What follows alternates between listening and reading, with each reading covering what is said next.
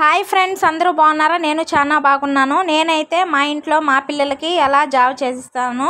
Daily స్కూల్కి వెళ్తారు కదా, ఈ ఎండలకి చాలా ఎనర్జీగా అయితే ఉండాలి మార్నింగే. అందుకనేసి నేను మా ఇంట్లో ఇలా అయితే నేను రాగి మాల్ట్ వేసుకొని జావ అయితే ప్రిపేర్ చేసుకుంటాను. దానికి కావాల్సినవి కొర్రలు, సాములు, జొన్నలు, సజ్జలు, రాగులు, గోధుమలు అన్నీ తీసుకుని అయితే నేను ఇక్కడ పిండి అయితే పట్టి చేసుకుంటానండి. చూడండి, ముందుగా ఇవన్నీ నీట్గా ఎండ అయితే పెట్టేసుకోవాలి.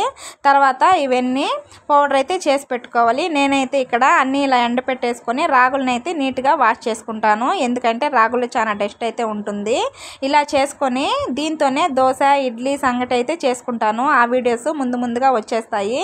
చూడండి, ఇలా ఎండ పెట్టుకున్నవి దీన్ని అయితే పౌడర్ చేసి పెట్టేసుకోవాలి. ఇలా చేసుకుంటే చాలా ఎనర్జీగా చాలా బాగా అయితే ఉంటుంది. డైలీ ఇలా ఒక గ్లాసు జావ అయితే చేసుకుంటే డయాబెటీస్ ఉండే వాళ్ళకి కూడా చాలా బాగుంటుంది. Thank you, bye. అందరూ లైక్ అయితే ఇచ్చి షేర్ చేసి సబ్స్క్రైబ్ అయితే చేసేయండి.